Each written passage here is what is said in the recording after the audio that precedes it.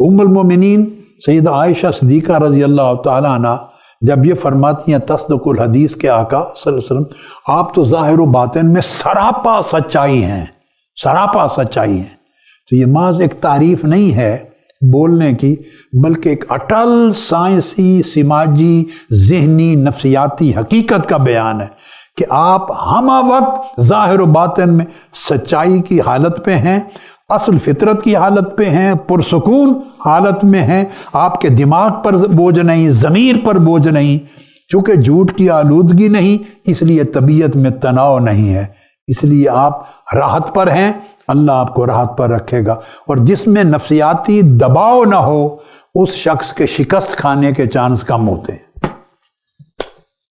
کلا لا یخزیک اللہ ابدا، آپ ناکام نہیں ہوں گے، اس کی کامیابی کے چانس بڑھ جاتے ہیں چونکہ اس میں تناؤ نہیں ہے، چونکہ تناؤ نہیں تو خود اعتمادی زیادہ آ جاتی ہے، وہ سچویشن میں فائٹ کر سکتا ہے، شکست نہیں کھاتا۔ تو ایسی سیرت کا حامل جس کا ذہن، قلب، دماغ نفسیاتی، روحانی طور پر سارا سچائی اور راحت پر قائم ہو، وہ بالعموم حالات کے مقابلے میں ناقابل تسخیر ہوتا ہے، اس کو جیتنا یا اس کو ہرانا عام طور پر مشکل ہو جاتا ہے۔ اور جس آدمی کی زندگی، سوچ، بولنا جھوٹ پر مبنی ہے، اندر ساری جھوٹ پر مبنی ہے، وہ یا بے نقاب ہو جاتا ہے، یا بے سکون رہتا ہے، یا فرسٹریشن میں مبتلا رہتا ہے، وہ ناقابل تسخیر نہیں بنتا۔ اب یہاں پر آقا علیہ الصلوۃ والسلام کی ایک حدیث پاک سے اس بات کو کنیکٹ کرتے ہیں۔ حضور علیہ السلام نے فرمایا علیکم بالصدق فإن الصدق یہدی الی البر وإن البر یہدی الی الجنہ۔ ارشاد فرمایا کہ تمہارے اوپر واجب ہے کہ ہمیشہ سچ بولا کرو، یعنی سچائی کو اپنے اوپر لازم کر لو۔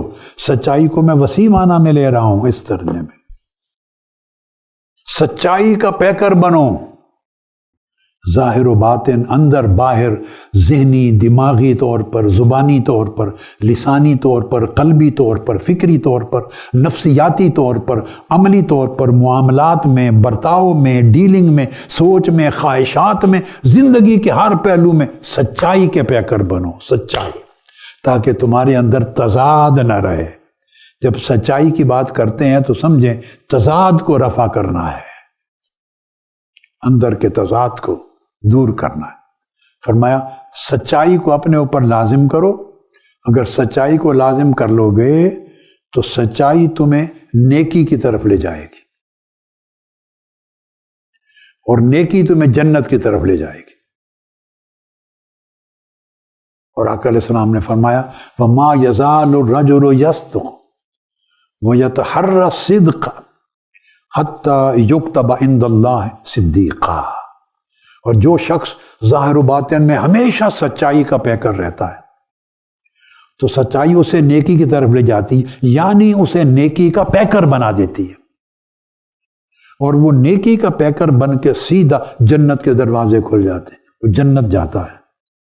اور جوں جوں اس کے اندر سچائی بڑھتی چلی جاتی ہے، سچائی بڑھتی چلی جاتی ہے، اور ہمیشہ سچائی کو اپنا شعار بنا لیتا ہے، تو نتیجہ کیا ہوتا ہے؟ اللہ پاک اسے صدیقین میں اس کا نام لکھ دیتا ہے۔ صدیقین، انبیاء کے بعد دوسرا درجہ صدیقین۔ اور پھر فرمایا وَإِيَّاكُمْ وَالْكَذِبَ وَإِيَّاكُمْ وَالْكَذِبَ، اور جھوٹ سے بچو، جھوٹ کو اپنا شعار نہ بناؤ۔ فَإِنَّ الْكَذِبَ يَهْدِي إِلَى الْفُجُورِ، جھوٹ ہے بچو، ہمیشہ جھوٹ گناہ کی طرف لے جاتا ہے، جھوٹ ہمیشہ گناہ کی طرف لے جاتا ہے، اور گناہ جہنم کی طرف لے جاتا ہے۔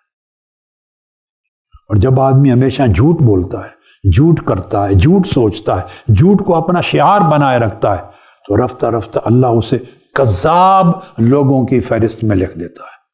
تو آپ اندازہ کریں ان دو آدمیوں کا حال، ایک وہ جو سچائی کا پیکر بن کے جس کا نام صدیقین کے لسٹ میں لکھ دیا جائے، من النبیین والصدیقین والشہداء والصالحین، 4 انعام یافتہ طبقے ہیں۔